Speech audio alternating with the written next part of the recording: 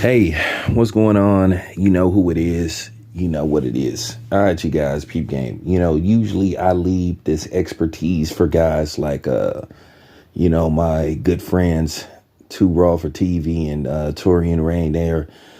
They're a little bit more polished when it comes to this particular subject, better than me. But, however, I have been paying attention and I have been studying this a little bit more and doing research and taking notes based off what I hear other people saying. So, I will say this much from personal experience. This is my own thought process. This is my own thesis.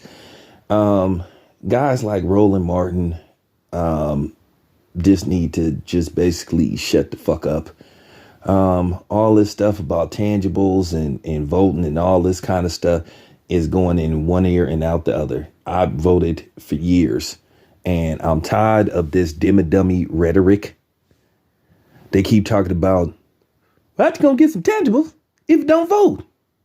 Well, we voted Democrat and we ain't got no tangibles. So that's my reply. How many years, how many times have Democrats promised us stuff and didn't deliver? They're no different from the other people. So, they're no different from the Redummigans, because at the end of the day, you had the Dimmadummies and then you had the Redummigans. So I don't sway either way. Like I said before, I don't trust neither. I'm going to say this once again. For people that were accusing me of being a Republican because I was going in on the Dimmadummies, I'm not no damn Republican. And I'm going to say this again. I don't trust neither. But let's go down history. Even when Obama was in office, Obama put everybody before us. Everybody was more important than us. The Latinos, the Asians, the you know what I'm saying? The alternative lifestyle people. They got what you would call tangibles. And even, since, C-19 came, groups of Asians got tangibles, but you had the Dimmadummies and the Redummigans working together, trying to delete our history by calling it, or trying to rewrite it by calling it critical race theory, which, by the way, I'm going to speak on that later on, and how we need to stop letting them say that word to us. Because it's funny, this whole Kyrie Urban thing should have opened people's eyes wide open. But I will say this. Like I said before, you see this thing with Stacey Abrams. It's funny how people love to insult us, demean us, put us down. Try to put us on the chopping block, try to publicly lynch us, like what's going on with Kyrie Irving. But then at the same time, they had the audacity to not ask us to vote, demand that we vote, and try to bully us and shame us into voting. And trying to say voting Dimmadummy is the only way.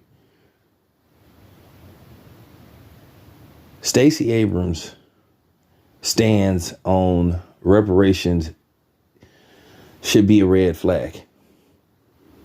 Another thing that I'm tired of hearing this stuff about, well, you can't discuss reparations just for black people without talking about the Native Americans. See, that's what pisses me off. See, that's where the smoke screen comes, where they try to be stagnant and use that as a smoke screen, as a stall tactic. First of all, the Native Americans have gotten a form of reparation. They've been given land. They've been given casinos where they paid next to no taxes.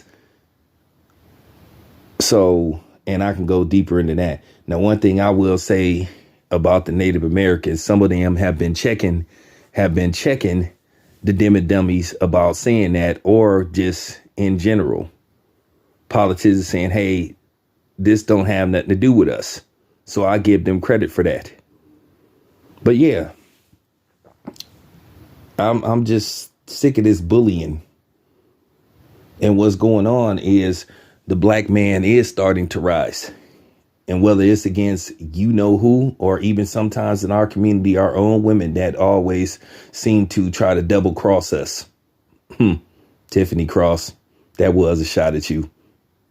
And other women that think like you, because like I said, all you have is, like I said, these bullying tactics and shaming tactics are not working anymore. All this stuff about you being insecure about your manhoods, that foolishness that Al Sharpton was talking about. I mean, this stuff is just ridiculous. How about you ask us nicely? How about you guarantee us something? But we already know you can't guarantee us anything. Like I said before, Joe Biden told so-called black leaders right to their face, or at least in a conference call, that he wasn't going to do nothing specifically for black people. Kamala Harris said that. So once again, what do we get out of voting for y'all?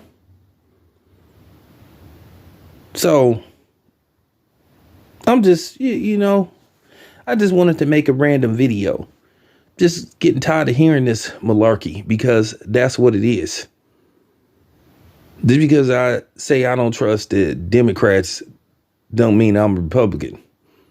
Just because for you black Republicans, and I say that I don't trust, you know what I'm saying? Real talk, don't trust the Republicans mean I'm Democrat. I'm neither. And I'm going to keep saying that again. But I will say this much. The Democrats then had a very shady history. Keep in mind, I will never forget what was done to Ice Cube when you had people attacking him because he spoke to Donald Trump about his contract for Black America, which he specifically said he sent a copy to both the Democrats and the Republicans. Donald Trump spoke to him first, and Donald Trump spoke to Ice Cube and his organization first. Joe Biden ignored him. They would rather talk to somebody like Cardi B, who Cardi B to me shouldn't be considered black. Cardi B is a Dominican, and you don't want to have that argument about what the Dominicans have been saying about black people, how a lot of them, their true feelings towards black people. So you don't want to have that conversation. So I'm just putting that out there. You had people attacking that man, and that was just crazy. You had people say he was a Republican. Then you had people saying he was a feminist and he was against black women and all that kind of stuff.